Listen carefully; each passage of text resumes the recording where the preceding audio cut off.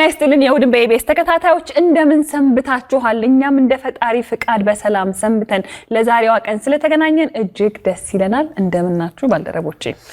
ደህና ነን። የኛ ባልደረባ እንደምናለሽ? ለምሳሌ ባልደረቦቼ እንደዚህ አድርጌ ነው ያመጣችሁ ብዙ ካሰብኩኝ ከጠበቅኩኝ በኋላና ደህና ናችሁ? በሰላም ነው የቆያችሁብኝ? አዘነበችን አይደል? አዘነበችን። በበጋ ያው ዝናብ ቆመ ስንል እኛ ዘነበ። ምንድነው አላማሽ? እኔ በቃ ሲያረፈደ ሰው እንደዚህ ነው አዝልለት አመጣዋለሁ። ግን እኔ እንደምንም ብዬ የእናንተን መገኘት ነው እንጂ የምፈልገው እውነት ለመናገር ዝናቡ እንኳን አይደለም። ስለዚህ ቤትም በዚህም በዛም ብዬ እንደምንም አድርጌ እንግዲህ እንዳገኛችሁ ሆኗልና ብዙ አስጠበቅንሽ። ሳምንታችሁ እንዴት ነው? ጥሩ ስሜት ላይ አልነበርንም ሁላችንም። የክቡር ዶክተር ተቀዳሚ ሀጂ ሙፍቲ ያረፉበት አባታችን የተለዩበት ጊዜ ላይ ነው። ሁሉም የኢትዮጵያ ሕዝብ ከጫፍ እስከ ጫፍ ያዘነበት ማለት ሃይማኖትም ቀለምም ዘርም ሳይለይ እሳቸውን ያሰብንበት ሳምንት ነበረ። ከባድ ሳምንት ነበር። ተቀዳሚ ሀጂ ሙፍቲ እንግዲህ ለፍቅር ለአንድነት ለሰላም ሲተጉ የነበሩ ትልቅ አባት ናቸውና አንድ ደስ የሚል አባባል ነበራቸው። ከምንም በፊት ሰው ሁኑ የሚሉት አባባልና እሳቸውን ማጣት ቀላል ነገር አይደለም። ለሚወዷቸው ለሚያከብሯቸው ለቤተሰቦቻቸው ለመላው ህዝባችን ደግሞ መጽናናትን መመኘት እንወዳለን። ልክ እኔ እንደሰማሁኝ እንደ ይሄ ዩቲዩብ ላይ አንዳንድ የውሸት ዜናዎች የሚተላለፋል አይደል? እንደዛ ነበረ የቆጠርኩትና ከዛ በኋላ ተደጋግሞ ሲመጣ የተሰማኝ ስሜት ልነግራቸው አልችልም። ልጃቸው ጓደኛ አንደኛ ልጃቸው ጓደኛዬ ነውና በቅርበት ደግሞ የማግኘት እድሉ ነበረኝና ግርማ ሞገሳቸው አለ ስትጠጋቸው የሆነ የሚሰማ ስሜት አረን ነው። ሰላም በደንብ ይሰማባቸው አይደል? ለሁላችንም አባት ይመስሉኛል አይደል? በኔ እንደዛ ነው የሚሰማው። ለሁሉም ሰው ምንም ማያጠያይቅም፣ ለሁሉም ደግሞ መጽናናትን ይስጥልን። ሳምንቱ በስራ ቢያልፍም የተለያዩ አጋጣሚዎች ደግሞ እንዳሉ ሆነው ይቀጥላሉና ጥቅምት ወርን በጣም ነው የምወደው እኔ በግሌ። ጥቅምት ወር ላይ የተወለድኩት ጥቅምት ወር ላይ ነው። ጥቅምትን እንግዲህ እናመሰግናለን። ለኔ ብለህ ለኔ ጥቅምትን ከልብ እናመሰግናለን። ህዳር ደግሞ ትመጣለች። እኔ ደሳት ህዳር ነው አንተ ያደርሰ ታሳስ እንዳትወጣ ቀኑን አጠይቁኝ ብለሻል፣ ግን እንኳን ተወለድሽ። አመሰግናለሁ። አመሰግናለሁ።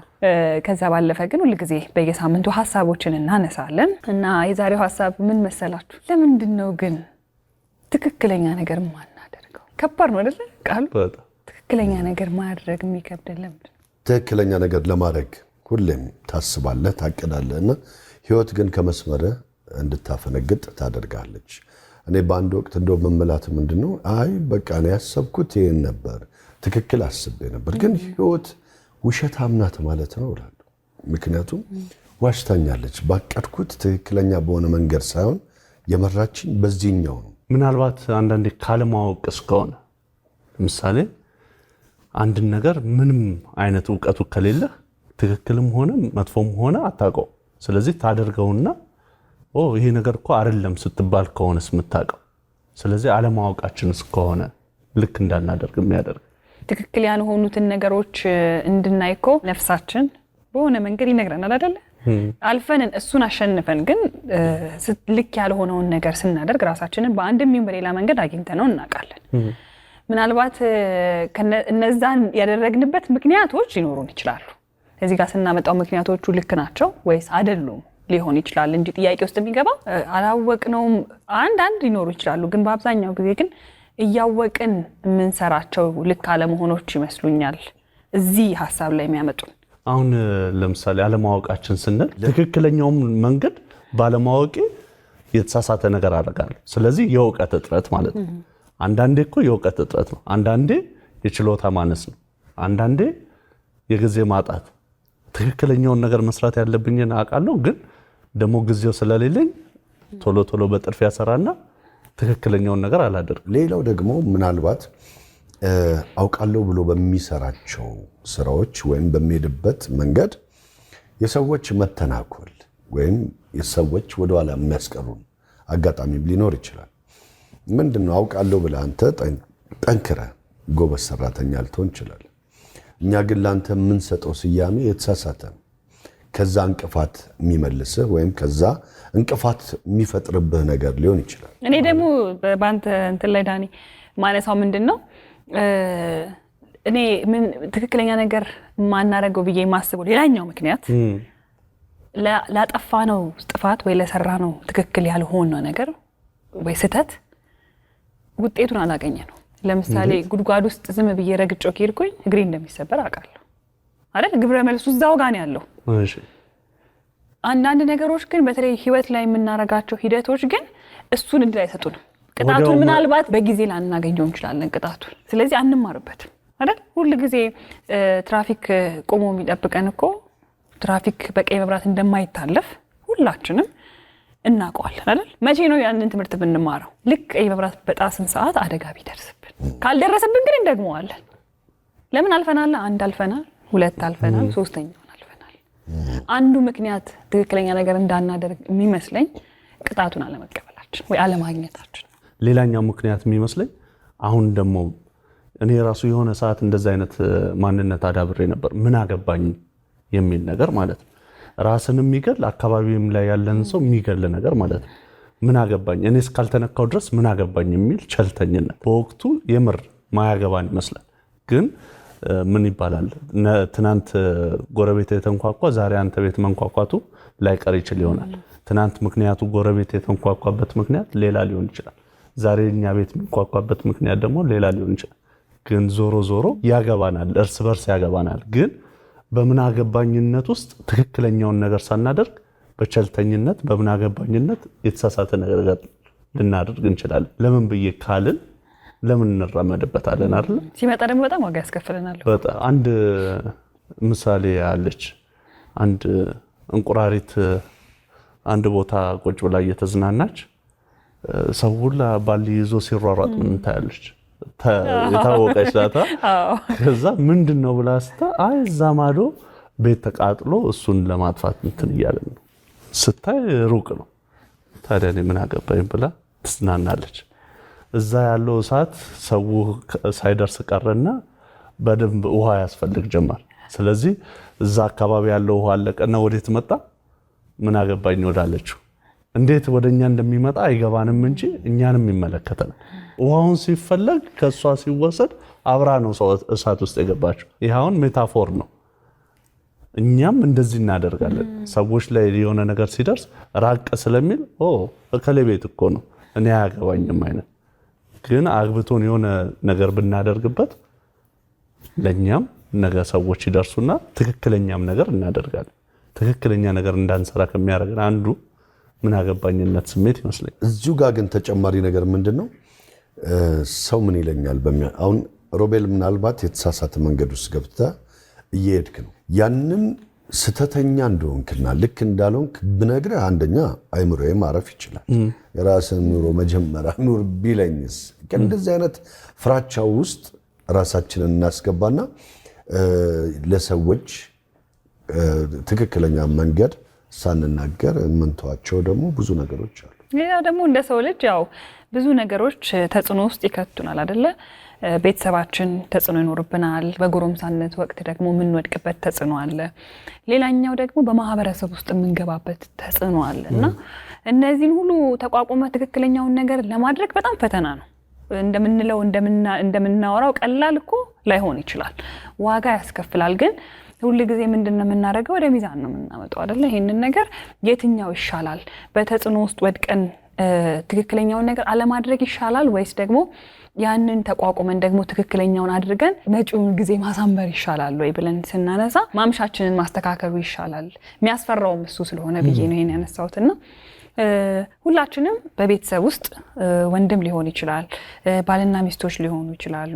የእናት አባት ምክርን ወይ ደግሞ ትክክለኛውን ነገር አድርገን ባለመስማታችን ሊሆን ይችላል። በአንድም ይሁን በሌላ መንገድ ዋጋ እንከፍላለን። ትክክለኛውን ነገር ማድረግን እንደምናወራው ባይቀልም ግን ማድረጉ አማራጭ የሌለው ስለሆነ ብናደርግ ጥሩ ነው። ግን አሁን የዕለት ተዕለት ኑሮ አለን አይደለ? ለምን ትክክለኛውን ነገር አላረክም ስትለው ኑሮ ራሱ ኃላፊነት ባደርግ እኮ ደስ ይለኛል። ትክክለኛውን ነገር አድርጌ የመሸበት ባደር ይሻለኛል ትላለህ አይደል?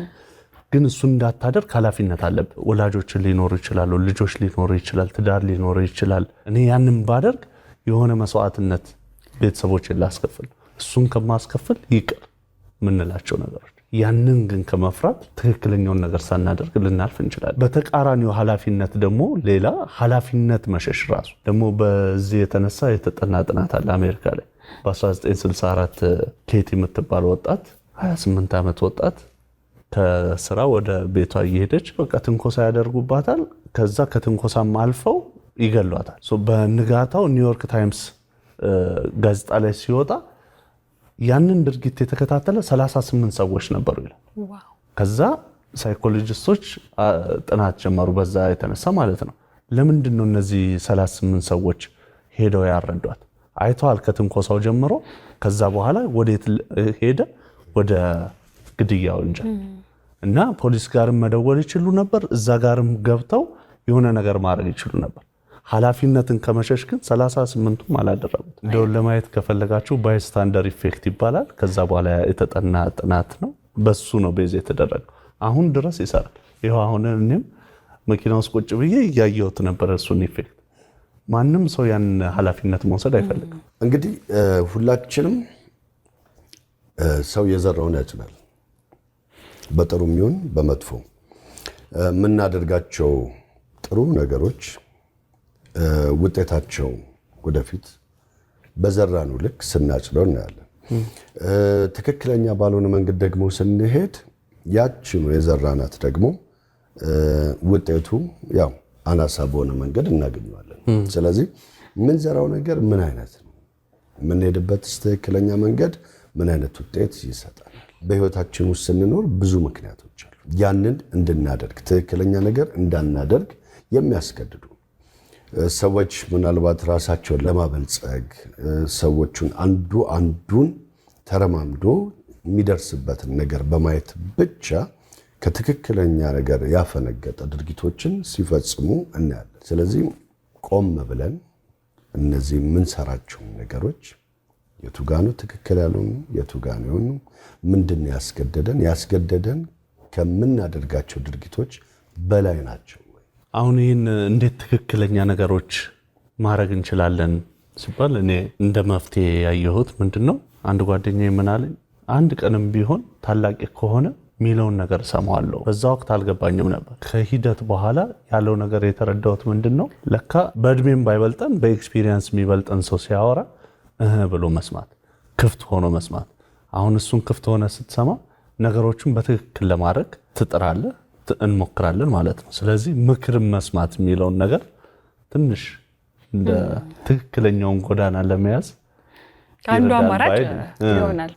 አሪፍ ሀሳብ ነው የተነሳውና ሁላችንም ግን ከኔ ለፍ ማለት አለብን። ከኔ ለፍ ማለት እኔ የምሄድበት መንገድ ትክክል ካልሆነ አይምሮ ውስጥ ያ ነገር ልክ እንዳልሆነ ከተገነዘብከው ወይም ዱላም ከተገነዘበችው ዳንኤል ይሄኛው አካሄደ ልክ አይደለም ብሎ ከራስ የማውረድ ያ ሰው ይጠቀምበት አይጠቀምበት በኋላ የራሱ ፋንታ ነው እና ያንን ሸክም ግን ከራሳችን ላይ ማውረድ ትልቅ ነገር ነው ብዬ ነው የማስበውና የርንባቸው ያሉት ብዙ አይነት መንገዶች አሉ። እኔም በራሴ የምሄድበትና ቆሜ ሳስበው ልክ ያልሆንኩባቸው ትክክለኛ መንገድ ላይ እንዳልሆንኩኝ የሚሰሙኝ ብዙ ነገሮች አሉና እነዛ ነገሮች ለምን ትክክለኛውን ነገር አላደርግም እያለ ጭንቅላቴ የሚጠይቀኝን ጥያቄ ወደ ተግባር መቀየር የሁላችንም ደግሞ ኃላፊነት ነው ከኔ ጀምሮ። ለምንድን ነው ትክክለኛውን ነገር ማናደርገው? እስቲ እኛም በየቤታችን እየተጠያየቅን ይሄንን ሐሳብ እንወያይበት። ምናልባት መልሱ እኛው ጋር አካባቢያችን ጋር እንዲሁም የቀረበን ሊሆን ይችላልና እንደ ሐሳብ ይሄንን ሐሳብ አነሳን እናንተም በያላችሁበት ትወያዩበት ዘንድ እሑድን በኢቢኤስ እንደዚህ ጀመረ ግን ልንዘጋ አይደለም። ታዲያ ከዛ በፊት ምን እናደርጋለን? እናፈነዳለን። ከዛ ደግሞ እንሸልማለን። የትዳት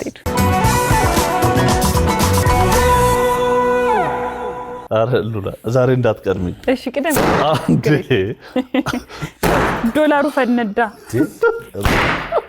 እንዴ አዘነበኳችሁ። ከዛ ይዘነበ እንግዲህ ለማንኛውም ረቢ አለበስከኝ በእውነት አየሁት ሲሄድ እራሱ አየሁት። ግን ደስ ይላል ወደ ላይ ሲፈነዳ። ከእንትኑ ጋር ግን አብረን ብንዘል አሪፍ ነበር። ከዚህኛው ጋር ቅድም ሉላ ስታዘም እንደዛ ነው የሆነው። ካፈነዳን ዘንዳ ብንደውልስ? ለባለፈው ሳምንት ጥያቄ እንደውል እየጠራ ነው እንግዲህ እየጠራ ነው ወንድ ሄሎ ጤና ይስጥልን። እግዚአብሔር ይመስገን። ወንድ ብላ ሰጨርስ እንደምን አለሽ? ደህና እግዚአብሔር ይመስገን። ከእሑድም በኢቢኤስ ነው የምንደውለው። ማንም በል። እሺ ማህሌት ተገኘ። ማህሌት ተገኘ፣ ዳንኤል ተገኘ። እሺ ታናሽ ነው ታላቅ ነው? ታናሽ ነው ታላቅ ነው? እንግዲህ ማን ነው ታናሽ? እኔ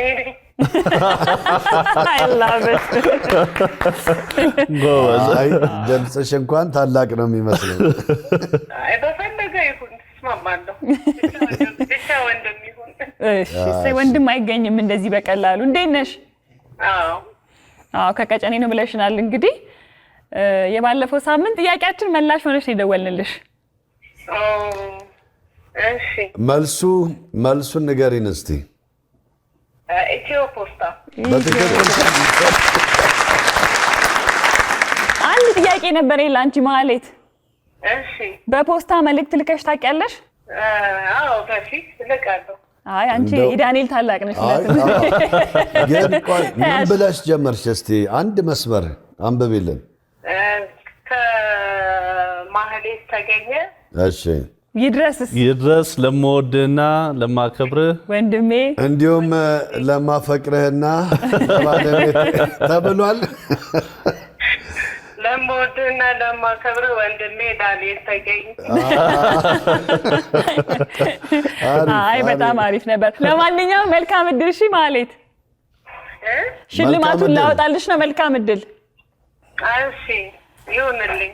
1 2 3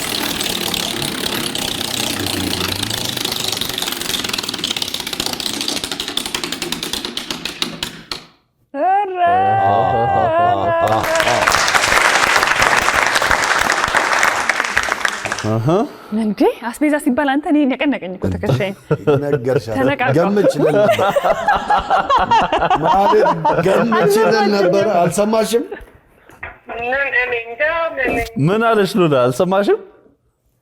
አልሰማሁም። በቃ ካልሰማሽ አሪፍ ነው። ገምች እስቲ ምን እንደወጣልሽ። የፈቀደልኝም እንደው በግምት እንደው የሚያስፈልግ ነገር የደስ ማጠሪያ። አይ ከዛ ወረድ ብሎ ደግሞ ትከሻ የሚነቀንቅ ነገር ከወር እስከ ወር የሚያስጨንቀን ከጀርባ ሰምተናል። ከጀርባ ተናገረች። አስቤዛ። እንኳን ደስ አለሽ ማህሌት ከቀጨኔ። በጣም እናመሰግናለን። ተሳትፎሽ ይቀጥል። እሺ አመሰግናለሁ። መልካም ቀን። መልካም ሰንበት። ቻው ቻው። ተዋለሁ ሁላችሁንም። እናመሰግናለን። እሺ ቻው ቻው። እሺ እያወጣሽው ነው ሰሞኑ እንዴ? እጄ አንተ ጥሩ ነው። ስፖርት ግን ጥሩ ነው። አንዴ 2 ፑሽ-አፕስ የሰራው ቀን የሆነ ይቀየራል። ሽልማት የገባኝ እሱ ነው። እኔም ኃይሉ ተቀይሯል። አንድ ምጣድ የውሃ ማጣሪያ 5000 ብር አካባቢ ጋር ነበር። ለኔ ካወጣችሁልኝ ግን እዚህ አካባቢ ያወጡልኝ። እሺ ማይክሮዌቭ ኢምፖርታንት ነው ለኔ ባውን ሰዓት። እንደውም ቃጥሎባታል። አይ ልደትሽ እንደደረሰ ሰምቻለሁ።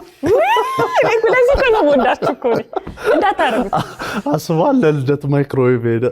ግን እሱ እኮ አይደለም ጥሩ ሀሳብ ነው። ሮቢ ምን መሰል ብራንዱንና ምርጫውን ግን ለኔ ተውልኝ። ይሄ ነው እንግዲህ እንዴ ካረጋችሁ አይቀር እድሜ ልኬን ላመስግናችሁ። በበላው በጠጣ ባሞኩኝ ቁጥር እንግዲህ ሮቢ ነው አረ ግን ለቀጣይ ሳምንት ተሸላሚ ግን እንጠይቃ። እኔ ላሽከረከር ነው።